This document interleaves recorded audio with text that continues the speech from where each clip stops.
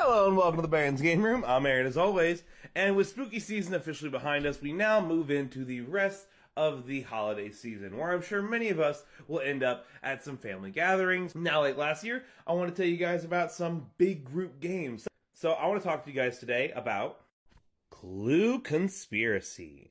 Clue Conspiracy is a hidden role-playing game for 4 to 10 players. It says it plays in about 45 minutes, which I think is about right. And it says 14 and up, which I don't totally agree with, but it's certainly not a little kid game. In Clue Conspiracy, we've all been invited to stay at the Blackadder Resort, which is managed by Mr. Coral. That's right, this is sort of a sequel. Mr. Body is already dead from the normal Clue game, and Mr. Coral has invited us to lay low at his resort while the investigation is going on. However, once we get there, it turns out that one of us doesn't quite trust that Mr. Coral will keep his mouth shut and is now trying to kill him as well. As a storm rolls in, our conspiracy ringleader and his accomplices have booby-trapped the entire island to try and take down Mr. Coral, and are working together to try and activate their plot, which is getting Mr. Coral to the right place at the right time with the right person in charge of his safety. Let's finally get to the setup of all this game. First, you're going to need to have every player select an identity to play as, and of course, take the matching color mover piece. Once each person has their character, you're going to need to shuffle up and deal out these secret role cards. The balance of this will be different depending on player count, but you could be a conspiracy ringleader, you could be a conspiracy accomplice, or you could be one of the good guys and simply be a friend to Mr. Coral. To finish setting up the board, you'll need to shuffle up these clue cards, separate out the places and items first. There are also instant disarms and no clue found. We'll go into what those mean more later. But you're going to shuffle these up, end up taking one of them, and whoops, that's items. Taking one of them and secretly placing it onto the game board. Same thing with the weapons. You'll shuffle them up and secretly take one of them and place it face down to the game board. Then you're going to mix in these into these piles and distribute them one at a time to each of these location spaces going around the board. You will also need to randomly select one location, out to the side. This is the one location you know from the start of the game is safe and certainly is not part of the conspiracy plot. Once you are done doing that, each location should have exactly 2 cards face down at that location. You will then need to distribute the trap cards around the board. Make sure you have the proper side for player count. You can randomly select these and place them one on top of each stack of clues, again going around the board at every location. The last bit of setup should be the supply cards. Give these a shuffle and deal 3 to every player, then place the rest of the deck right there. Before you fully start the game, there's one last little thing where every player has to close their eyes, and the bad guys kind of open their eyes, look at each other. They'll end up looking at those 2 cards we set face down on the board so that every one of the bad guys knows exactly what the plan is to kill Mr. Coral. And then whoever the conspiracy ringleader is going to take these 2 cards and hide them inside of their little character envelope, okay? The rulebook says whoever last flew on a plane gets to be your first scout. The leader of the team this round is basically the scout. Scout is a role that will pass along the table, always passing to the next player to the left each round. However, you cannot be the scout or bodyguard if you were either one in the last round. Which means, for example, if the player next to me was the scout and they made me their bodyguard, then the next round, instead of scout passing to me, it would actually skip over me and go to the next player.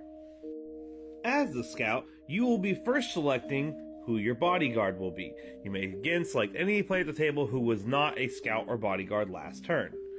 Then, after deciding who your bodyguard will be, you are going to decide which team of players you are going to take to one of the locations on the board to try and disarm the trap at that location. Once you have decided on your team, every player at the table will vote with a thumbs up or thumbs down. If majority vote wins, this is a successful team building. You will continue on to the next step. If there is a tie or majority of people do not vote for this, then the scout card will pass and we will try a new election and we will move the storm tracker up 1. If you have 3 failed elections like this in a row, then the storm reaches its max and it will deal 1 damage to Mr. Coral. On the assumption that you have a successful election, you will move all of the pawns over to the specified location where we will start the next step. Now, the goal of this game is different depending on whether you are a friend or you are part of the conspiracy. If you are a friend, the way you win is by simply traveling to every location around the board and disarming all the traps there, or setting off maybe a couple as long as Mr. Coral survives.